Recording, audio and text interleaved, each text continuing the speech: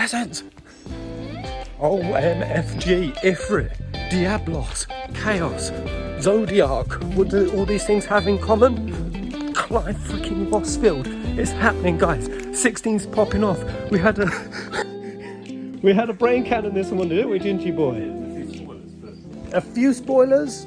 Dude, he just dunked some hard spoilers on me from 14. So we're going to try to skirt that in the vid, as well as cover what has got me very tear-laid. We went down the tunnel of Ifrit mythology, where it's shown up in history, from Morocco all the way over to Egypt. Its main source, of course, being from Islam, and how that connects with like clans and tribes of the Middle Eastern sects. Yeah, the jinn, why the jinn serves a purpose. The jinn, that kind of translates to wicked. It's synonymous with the devil, and that ties very close to Diabolos, which we get a strong sense from the image, especially the box art, and all of these things are the different stages of demonhood that Clive is going to be transcending through. I think he's going to be hitting every single one of these arcs. I think yoshi-p is recreating 14, not because it is another reflection, another layer, not because it's literally Zodiark. I feel like there's just a rhyming pattern going, and it all kind of comes down to the same thing: breaking the system, breaking the status quo, and even what that means in terms of the real nitty-gritties, like resources. What happens in a diminishing world that is depleting, where as they evolve and we develop more and more complex notions of what free will is, or what freedom is, or what our rights are, or what we're entitled to, and as that escalates, alongside our luxurious natures, our desires, our basic instincts, our dopamine addictions. So crazy this actually came up because I was chatting to fellow peasants. My battery ran out on my phone, so we recorded more by the pool. Ginger had a little cold plunge. We're actually here in Chiang Mai. We've come back to Thailand. So where this age adventure started, for loads of circumstances we won't go into, we had to kind of skirt back here. We're going to be here for about a month and a half. And check out this place before we head outside. We are in a beautiful resort. Kind of here in the rural sections, a lot of bugs and squeaks. But subscribe, guys, if you like this vid, if you like these kind of settings on the road. I know they're very different to my classic Final Fantasy theories, where I would just voice audio those and I would like make it a cinematic kind of hype experience. But this is an easier format to fly out along the road. I think it's kind of really cool. So let's go, let's take a little stroll. Very zenny, very peaceful. I'm probably going to ruin it with all of this talk about Ifrits and Jinn and Diaboloses. But yeah, we started wanting to really understand why we have this winged dark creature and where 16 is going to be going in the story. So we had to cycle it back. Why are they using Ifrit in this?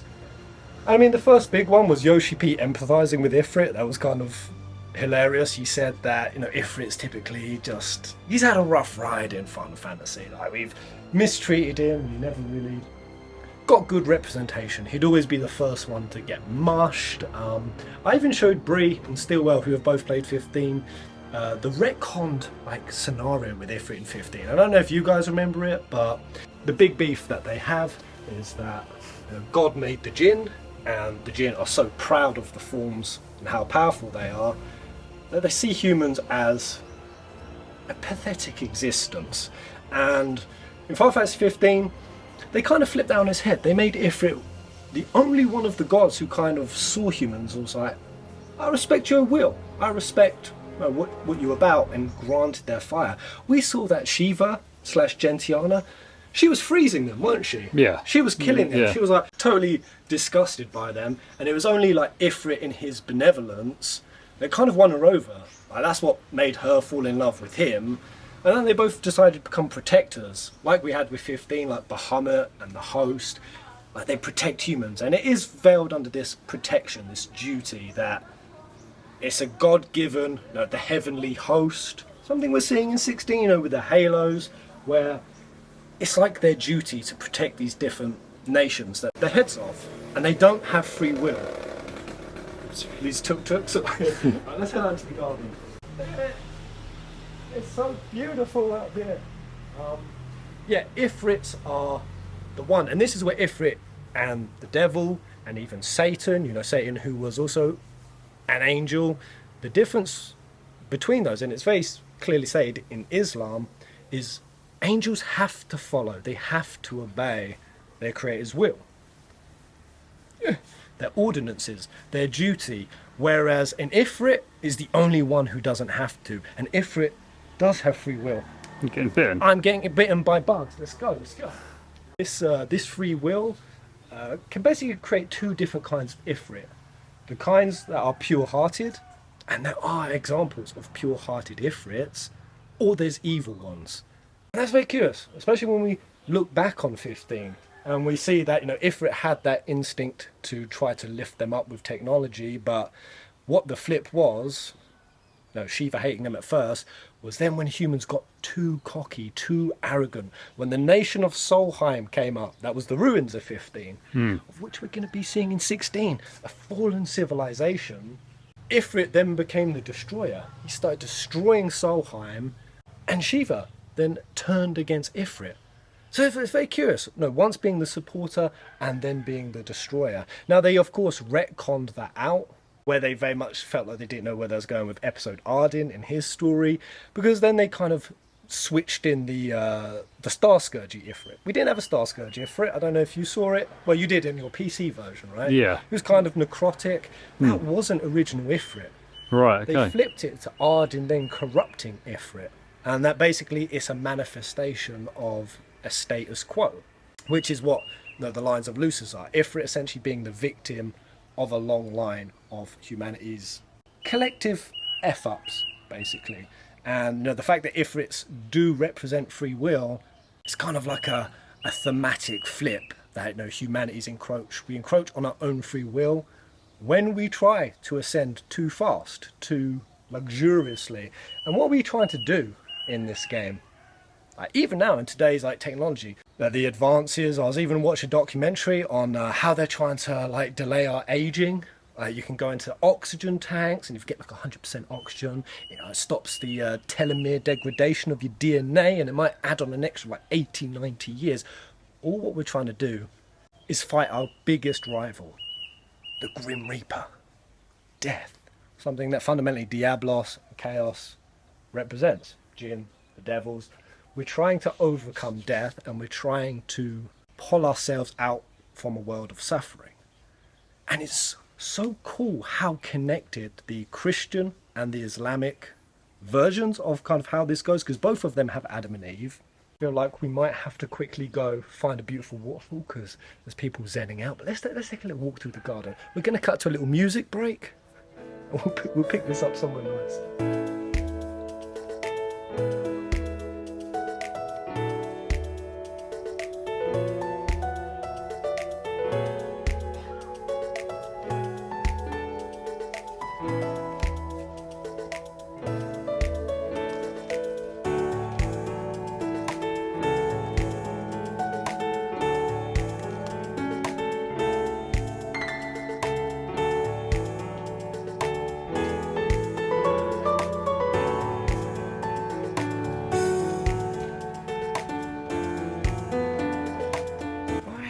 Here we go, we're at the poolside.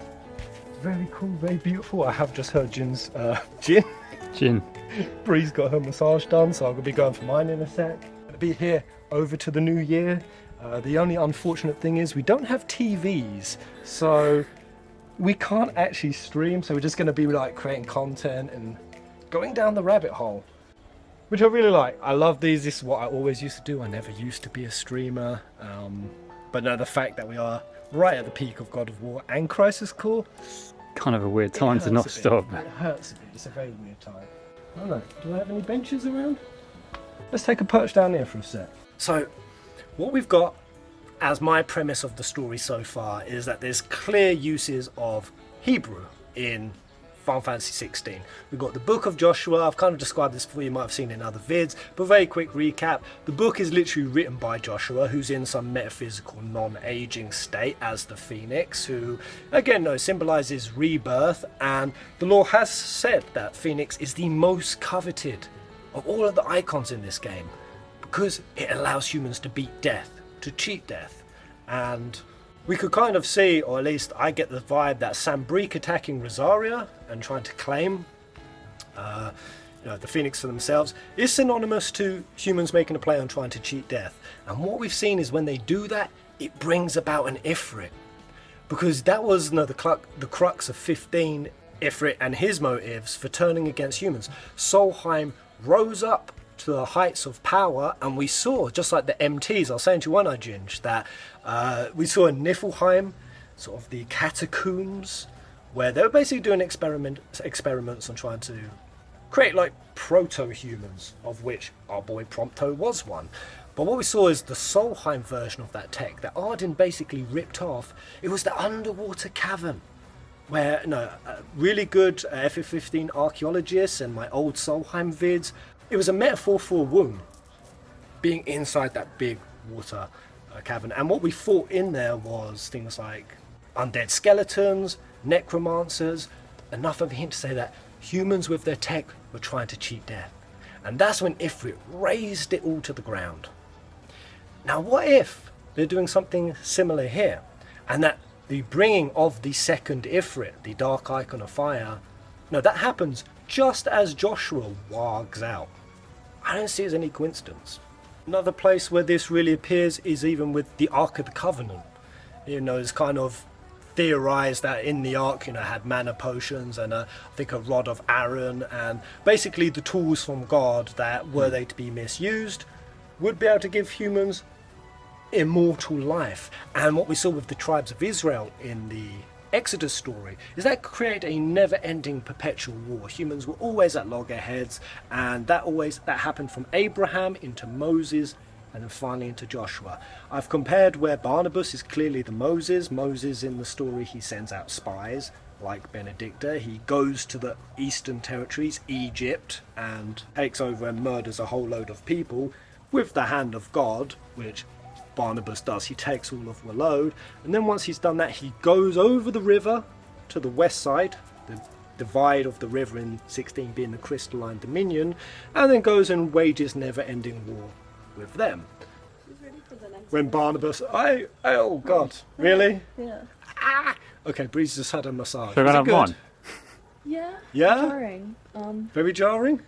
They're gonna pluck your toes and Oh no, not the toe plucks. she tried to touch my boobies. She and I tried was to touch your boobies. So she might try to touch your penises, so you might have She to might say try no. to touch my penis. If she does, you better say no. Oh god. You could go next, Ginge. Yeah. Do you want to have a go at handling this, Brie? Yeah? Or do you want to Wait, just... you don't trust me? Okay, yeah, you could do it. You could do Wait, it. what do I have to do? Just hold it? Breeze going to the camera. Just Right. hold it? See how it goes. Oh yeah. So yeah, Bree Champ. Yeah. And just comparing where like Hebrew and Islamic law, they kind of like intersect. Both of them have. You're so close to me. They kind of have like this story of all these different tribes. Let's take a little cereal. Am I in it? Yeah. Yeah. Right. Bah. Could probably just set it up in there. Yeah. On like a stand. It's kind of close. It's kind of close, isn't it? Do you think maybe you should do this either somewhere else or maybe... Where can we set it? I have to pee. Everyone's left me.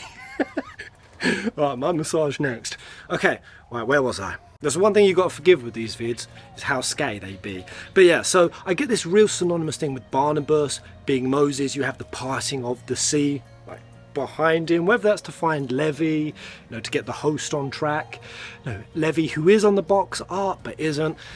I'm still undecided what's happening with Levi, guys. I don't know. I feel like there's a good possibility that maybe Levi died at the 1500 year, before the start of the game, where man fought the gods.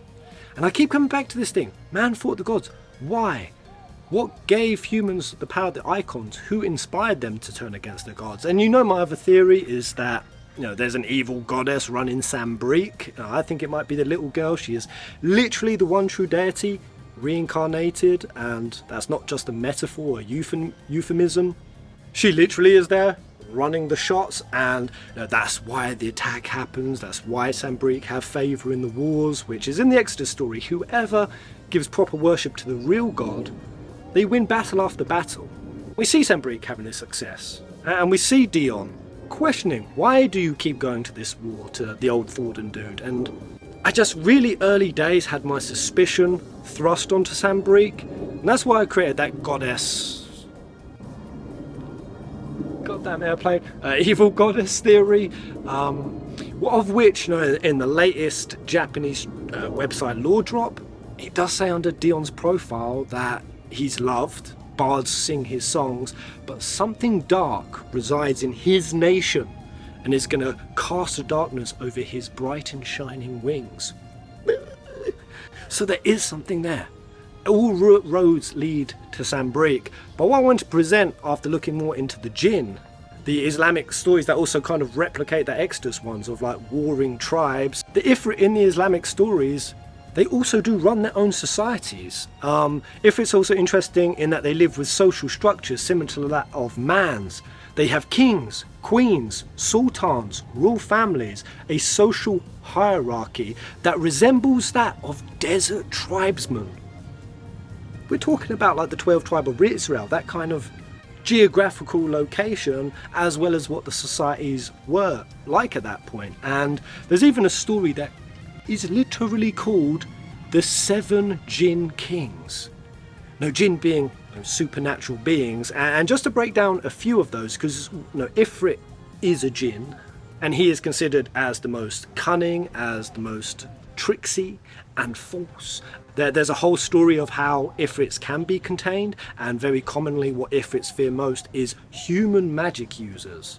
Human magic users, because what human magic users can do is they can bind them to their will. Again, this is where like genie mythology, that they'll grant you 3 wishes. You can bind an Ifrit to an object and then get it to do your will.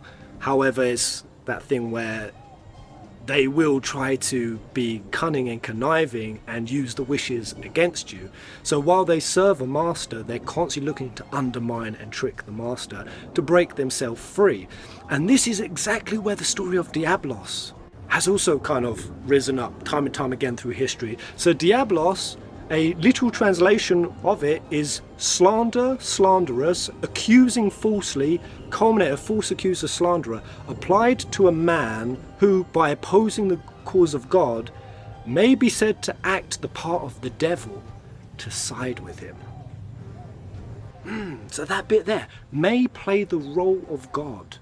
So may pretend, may disguise himself as God. This is similar to the Adam and Eve story, and this is kind of where jinn emerged from. So even in Islamic story, of course in the Christian version, Adam and Eve lived in paradise, no suffering, but also no free will. They had to obey God. Then along comes Satan, who in Hebrew, Satan's name also means the same thing as Diabolos. The slight twist is prosecutor, accuser, or adversary. So there's a tie.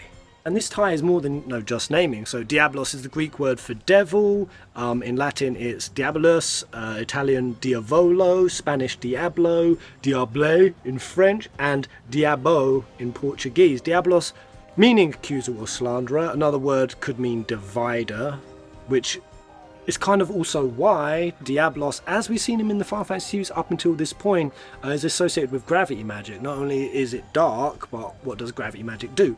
It divides the HP. It's always half and half and half and half. Juicy, juicy, juicy. And not only that, we've seen a tie between Diabolos and Ifrit. I see it as no coincidence that the current headcanons that everyone is running is that Clive is an Ifrit. There's 2 Ifrits, of which some can be pure-hearted, some can be bad, and that he's going to become that Diabolos looking, whether it's Chaos, whether it's Zodiark. I'll cover the Zodiark one at the end, but this wouldn't be the first time Final Fantasy has tied Ifrit and Diabolos, because they're synonymous. Devils, demons, tricksy beings that are here to break the status quo. In Final Fantasy VIII, they directly tied Diabolos to the Jinn Ifrit, because again, the Jinn in Islamic mythology is where the genie myths came from, and that's why in FF8 Diabolos comes out of the lamp. It comes out of the lamp, bro! I don't know if anyone can see me. They probably think I'm nuts right now, and I am. Let's go deeper. Darkness! Diabolos and Ifrit emerged in the consciousness of humanity throughout all time, throughout all history, across many different cultures. Dark, swelling, ominous, suffocating, heavy music, engage. We had to leave it till much later because yeah, it's been crazy trying to record out here. Let's go over to this waterfall. What I find super juicy, and it speaks a lot to the human condition, is how often we tie, and we kind of spoke about this with like Hela in Norse or Etro in 13, you know, beautiful women and femininity, the female form. Cat! Oh, Nickel! The female form, you know, life givers, mothers, how we also tie that and make it synonymous with death, similar as like angels. I mean, even back here, kind of cool, female form with the wings, but also holding that serpent. And it's kind of really cool that jinn in Islamic often appear in three forms: winged, horny, demonic looking beings, like the Diabolos thing. The second one was interesting. It said snakes or dogs. Snakes or dogs. That basically the Prophet Muhammad said that these are the three things to like make a jinn. Going off of that, you've got obviously Satan, who appeared to Adam and Eve as the serpent. The third one was basically something formless, something that can shapeshift, something that can lure and tempt humans by altering its form. Now, there's even a story of like jinn. They don't just run their own societies, they sometimes even get involved in human ones. Sometimes jinn marry humans. We're kind of talking about if that was possible, like with the Iron Kingdom in Final Fantasy 16. Like, they've always been safeguarding the Drake's Breath crystal, and they've always been killing their dominant. And I'm very suspicious now that they've always just been wanting to keep an Ifrit at bay. That's been their duty. That's why it's a society ruled by fear and religious doctrine. And that the second they get a hold of Jill, a Shiva, arguably the most effective counterpart to an Ifrit, why they don't kill her, why they keep her, why they even go for her in the first place. And that's a big part of Jinn, that shapeshifting, is at their base form, they're just amorphous fire. Smoky, fiery eyes, and that's what we see. We see that in 16, don't we? With the red flashing eyes, the Rubicante, the amorphous looking one, which tees up Road Hooded guy. I was wondering, though, is it Clive? Is it just an evil twin arc? Because there could be some similarities there. Is it Clive, like post his humanity? Is it Nexus Point, the Flashpoint Clive? Or is it just a jinn, another Ifrit, a second kind? Because when you go into all the different Ifrits, some of them have very significant story arc. And before I cover the main two, just even that notion of the shapeshifting made me then think, like, okay, what if this one true deity is an Ifrit? What if Road Hooded guy? No, when he comes, because clearly he comes out of a form. No, when he's in that the fiery spectral form. Could he also set himself up to be whatever running Sambrique? Again, could he be little girl? Maybe I'm placing too much on her. She's probably sweet and nothing about her. But could she be taking a form like that? Right, like that. And when you look at that on the box art, that's very much the kind of imagery you get. This is the Zodiark Highland imagery. This is what triggered this whole vid. But honestly, what they'd be doing, I have been bitten so hard. Me too. So often. I might have to go indoors to finish this. Oh, let's go. Back to here. What's really cool with the box art is you see sort of the halo behind, obviously the Diabolos thing. You also see some white wings below. I'm just going to put on the screen, right, some of the Zodiark and Hydaelyn imagery that we've had. Well, of course, with Hydaelyn, we're typically seen as backing her. Zodiark presented as the evil one. Even though to the Ascian, Zodiark is the caretaker. I don't want to say too much for spoilers for 14 or for Ginge, but if anyone's played 14, you know the world was dying. It was ending. There was no future for the collective, and so the collective, with their conscious will, manifested a Zodiark. It took the pop. That's too big of a spoiler. Scrap that. Scrap that. It required a sacrifice to bring into existence, and that allowed the planet itself to continue on, which is very much the situation we have in 16 with the blight, with diminishing resources, diminishing ether. And then, of course, it wanted another sacrifice, and that's when a splinter of human consciousness, a faction, Vanar's faction, Vanar from Final Fantasy XII, who turned against the other gods and brought Van Heidelin, the Mother Crystal. The Mother Crystal, who creates a protection over the land, but at a price of the collective allowing to have free will and continued life, albeit a mediocre one. And we was like talking about this, me and Bree, like, is that a better outcome? Like, is it the sacrifices of the few for the many? Is that a good rationale to have? But what about sacrifice of the many for the few, if it means the few get to live good existences? This is like an age-old question of, as we go into overpopulation and diminishing resources, it's the Thanos ideology. Like, do you snap to delete half of existence if the other half get to actually live prosperous lives? Is that considered an evil thing? I think it's super nuanced, and I think we're getting that kind of appear in 16 now. Let's get indoors. I'm getting eaten alive. Let's go, Chip. Let's freaking go. There's just too many goddamn dogs.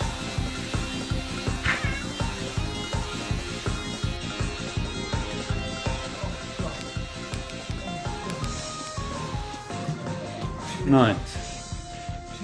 Ravaged. Oh my god, what happened to you? Freaking mosquitoes. That's from a mosquito? Yeah.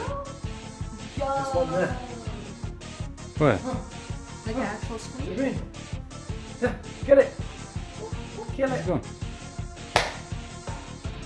The order's still in the kitchen. Oh, okay. What happened to your toe? I know, I was doing something shut up. Oh. Did you run back to you? Yeah, legged it. Oh, my legs are going to be all knobbly wobbly. Alright, so just going to put some imagery here, leave enough space here. Just this is what I started our day.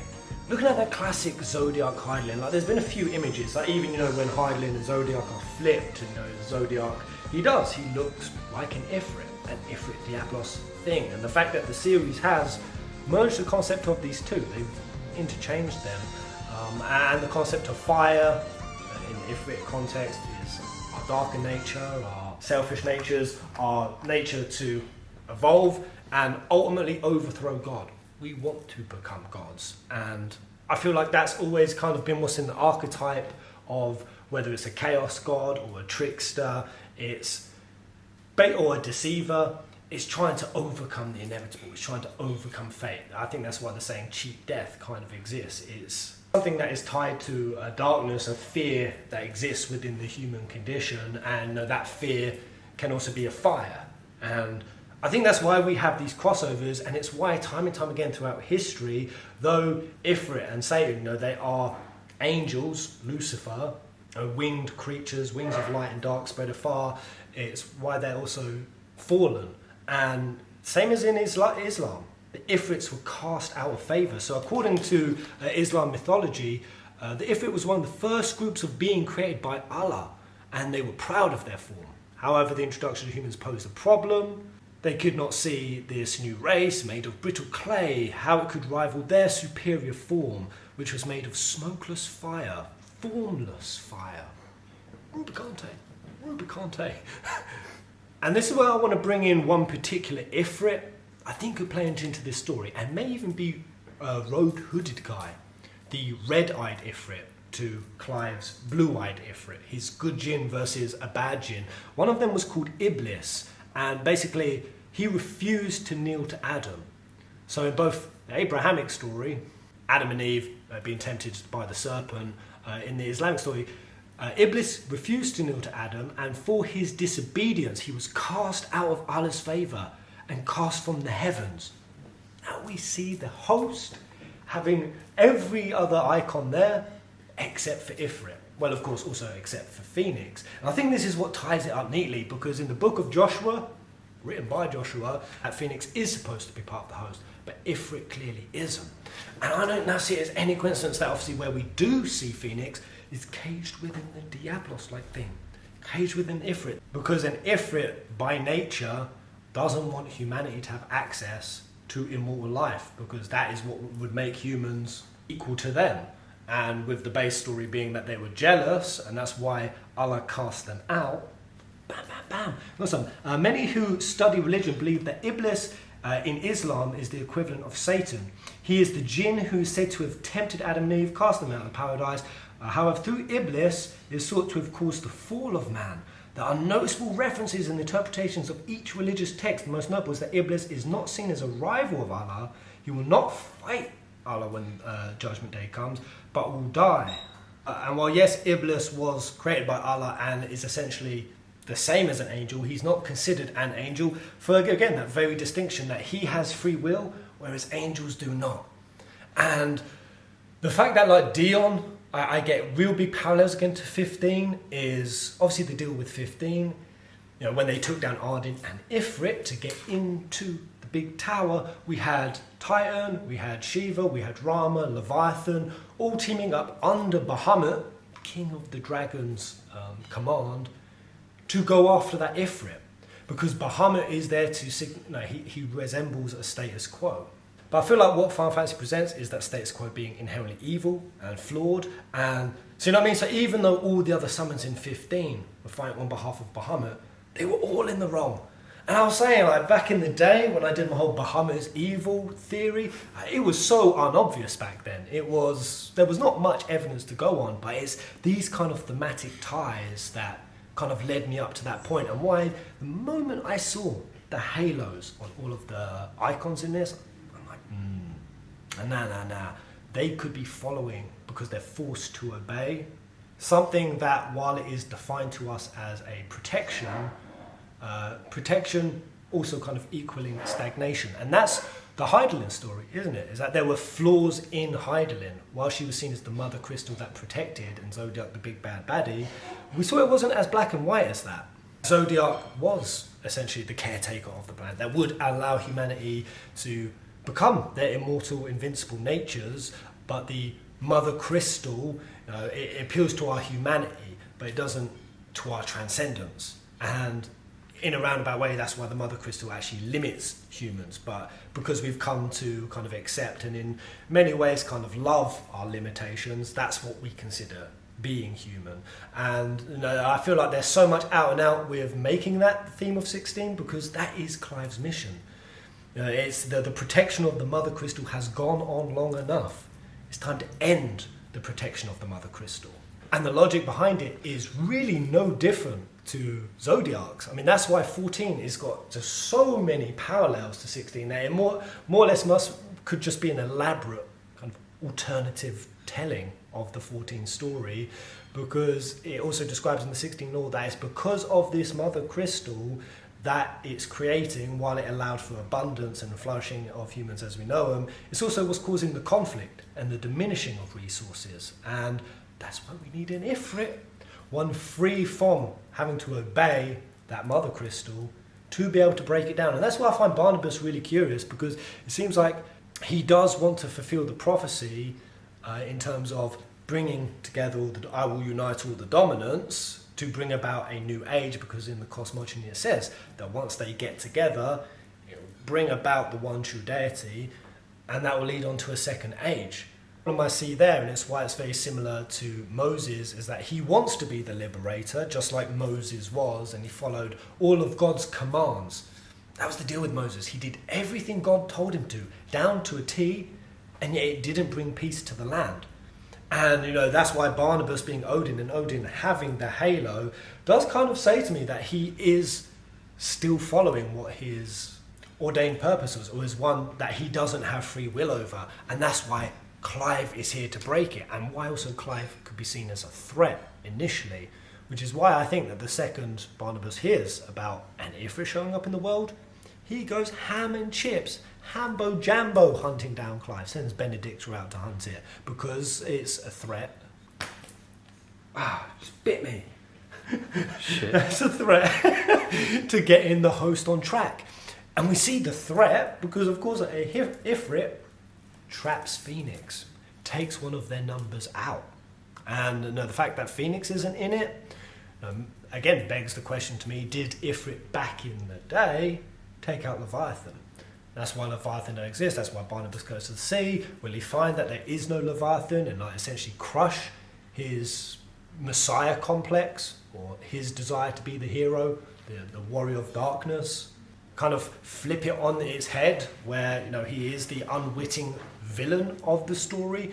And I think that really especially fits when Barnabas is describing how willing he is and his mannerisms and what he teaches of Benedicta, who she seems like she's going off the deep end, and there's tie with her and Hugo, that she's going to teach him something.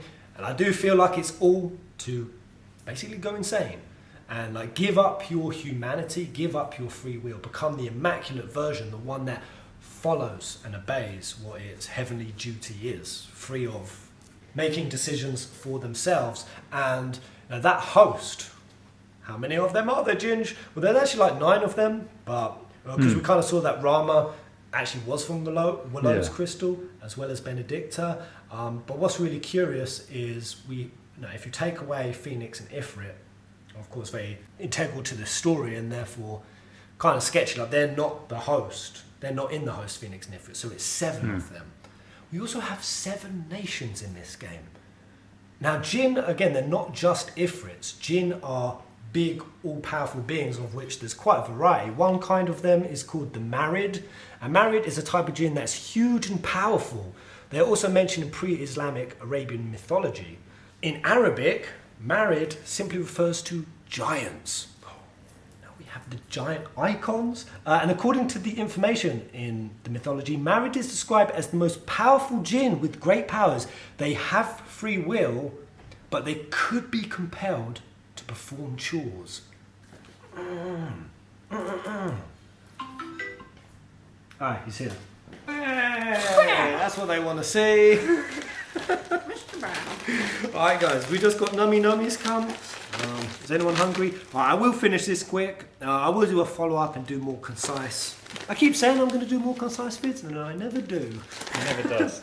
But yeah, basically the Marids, they were giants. And it's kind of cool that part that they can be compelled. Because this like really reminds me of what yoshi-p said with Jill and with Hugo as well. Because Hugo sort of says, you think with the powers that we have, we could do anything that we want.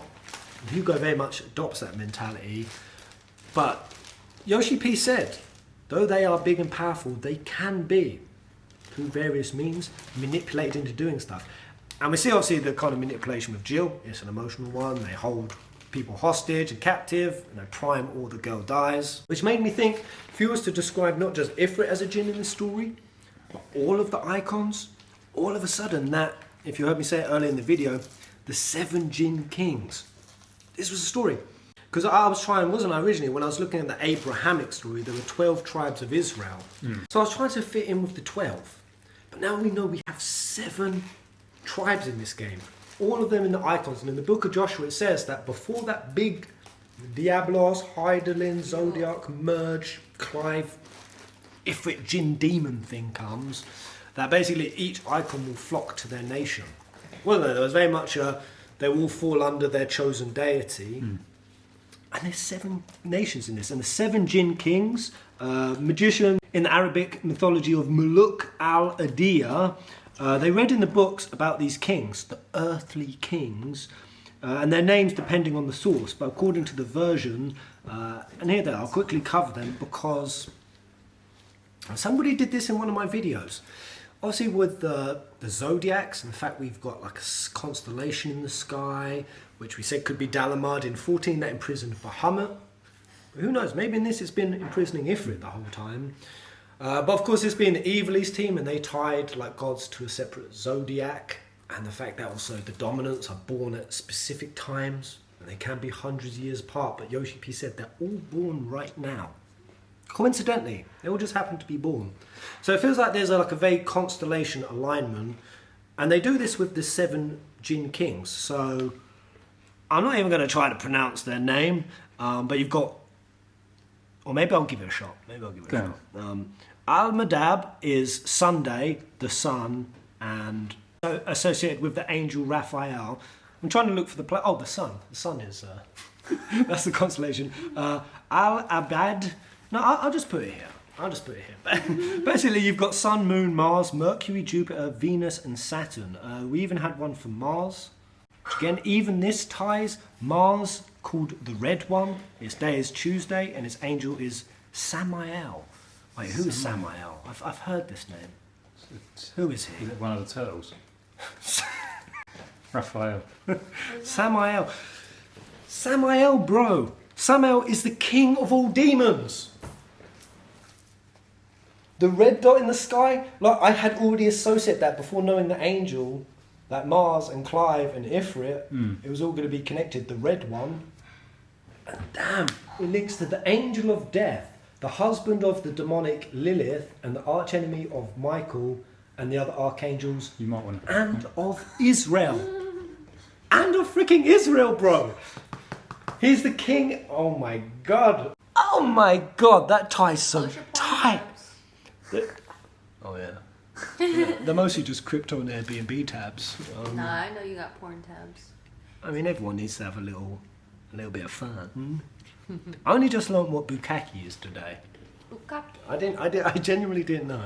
Okay. When I asked these two, Stillwell was straight out with the answer in a scarily fast manner. I didn't tell you what it was. I just don't you know what it is. But I think it's a pretty well-known thing. Yeah. I think it's common knowledge. You're just too innocent. Oh, so we have another tie, Diabolos with Ifrit, and now we've got another one here with the red star. You see, and the angel of death, the father of all demons. We've got the tribes of Israel and how they're both showed up in Hebrew and Christian. It all connects. This is scatty. I'm going to eat. They're looking at me with hungry eyes. So maybe I'll round this out after we've eaten. But I feel something. I feel something with all of these tendrils, all of these links. I don't feel there's any small amount of coincidence that yoshi-p is framing all of this imagery and succulent. We're going to piece it together, slowly. Maybe on the next vid. Maybe I'll just do this up as a tee-up, yeah? It's probably long enough. Right, yeah. Thank you guys, thank you. Kupo, subscribe. Go on to part 2 when it's up. Peapow. Peapow. Peace.